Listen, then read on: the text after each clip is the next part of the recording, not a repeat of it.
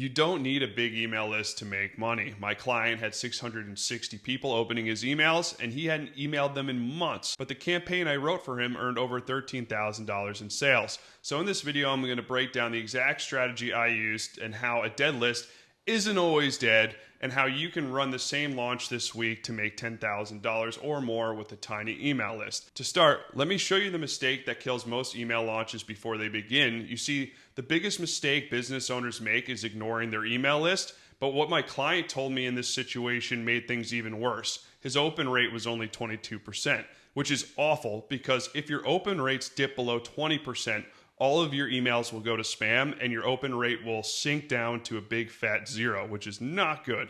And honestly, I doubted this campaign would even be a success. Most email marketers in this situation would just spam emails and pray for sales, but I knew that would be a disaster because think of it from the subscriber's perspective. It's like a friend who disappears for months and then just sends you a text asking if they could borrow your truck. So instead of going straight for the sale and destroying my client's relationships with his readers, I used my icy hot method to wake up his dead list, double his open rates, and get a sale without even having to pitch from just one email. But before I show you how this icy hot method works, never forget this important lesson.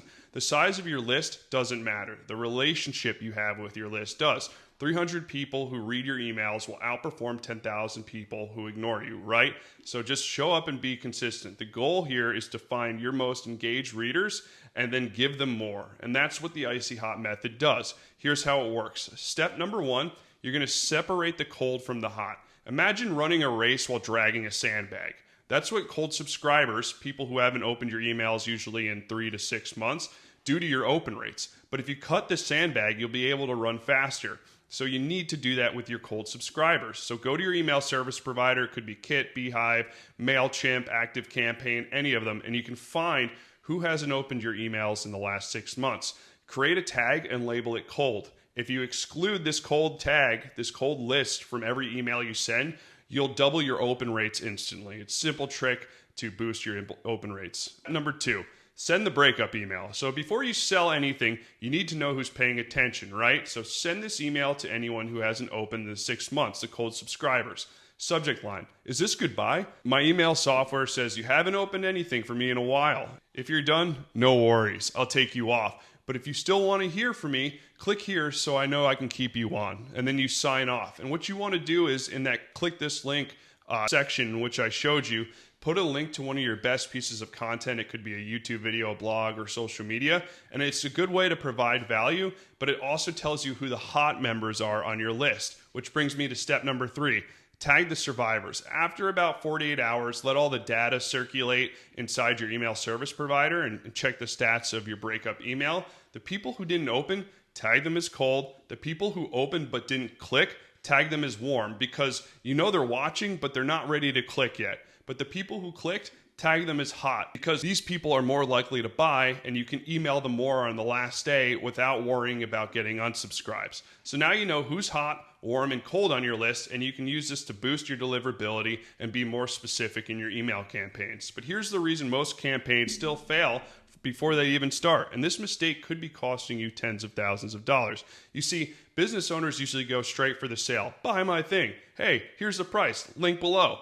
And think about it. Would you propose on the first date? I hope not. So why are you pitching on the first email you send to your list? So before you build anything and before you even sell, you need to build trust. Which brings me to step number 4, the pre-sale strategy. You see, the most powerful trust-building tool you can ever use is storytelling. And this origin story framework I'm about to show you booked 2 sales calls for my clients, one of which he closed without having to promote anything. Here's how it works. Number 1, show the problem you had that the reader is facing now, something relatable.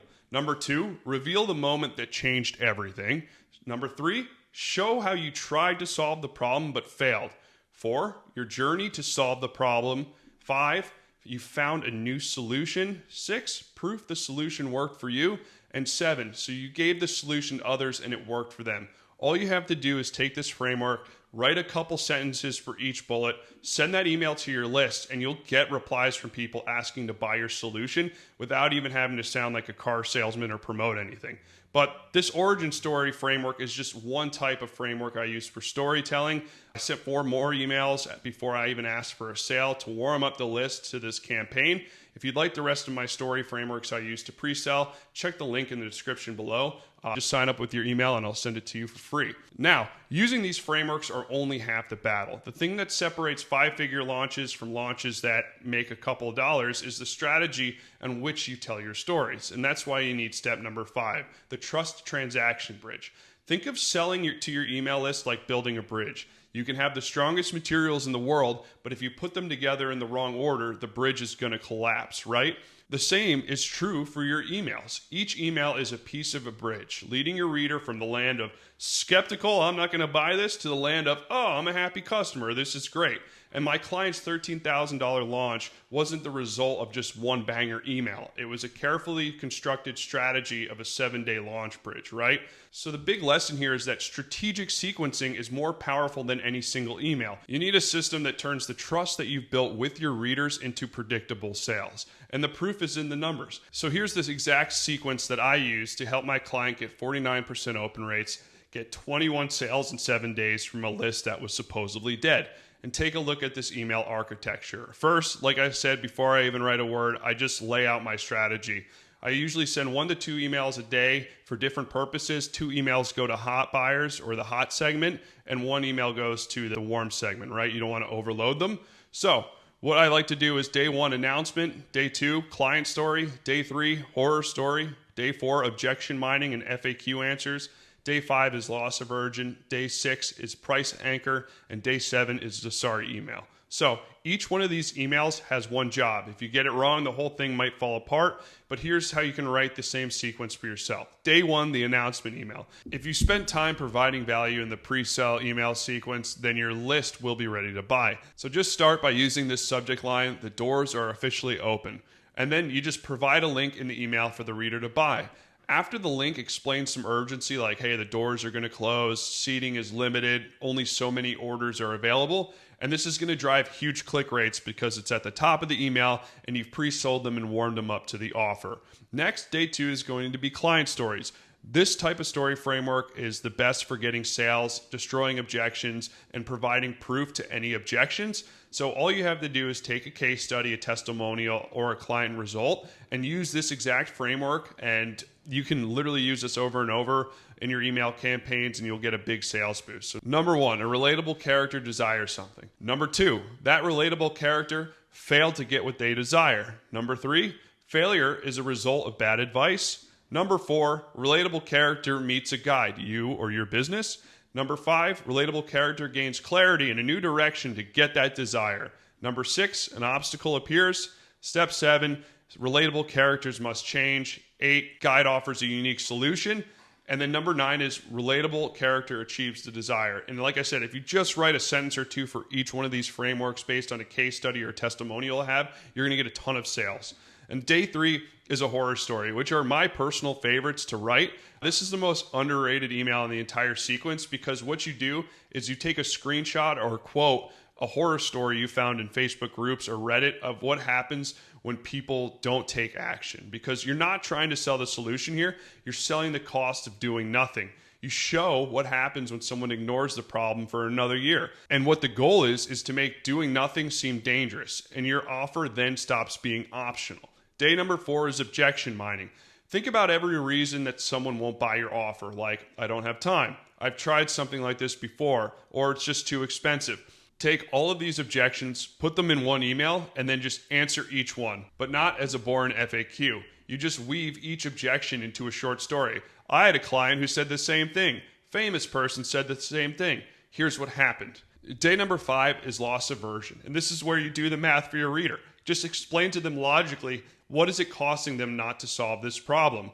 Are you losing time with your kids? Are you having the bills run up? Are you spending another day having your boss yell at you?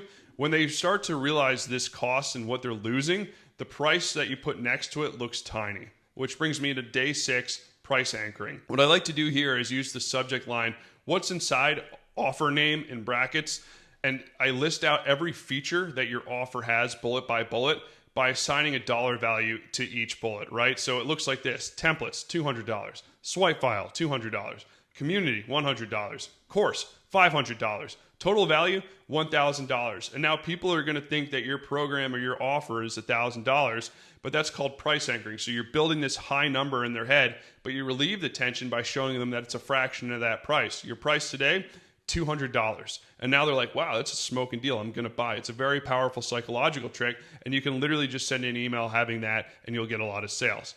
Day 7 is the sorry email. So I learned this from my mentor, Ian Stanley, and this email ripped sales on the final day. All you have to do is write a subject line saying, sorry, and explain how you always have people asking to buy after the door closes. So this is the final call, and it looks just like this. Subject line again, sorry. This is the last time I'm going to email you about this. I always get emails the day after a sale ends from people who are bummed they missed out, and I wanted to make sure that doesn't happen to you. So your special offer is gone tonight. So if you want to get it, this is your very last chance. Click this link to get the offer name. Any last questions about it? Reply to this email and we'll make sure to answer them. Sign off. So now you have the exact 7-day launch architecture that turns dead email lists into paying customers no matter how small the list is. So now you have the strategy, you have the frameworks, and you understand that sequencing is the real secret to 5-figure launches. But having a strategy is useless if you don't know how to write emails.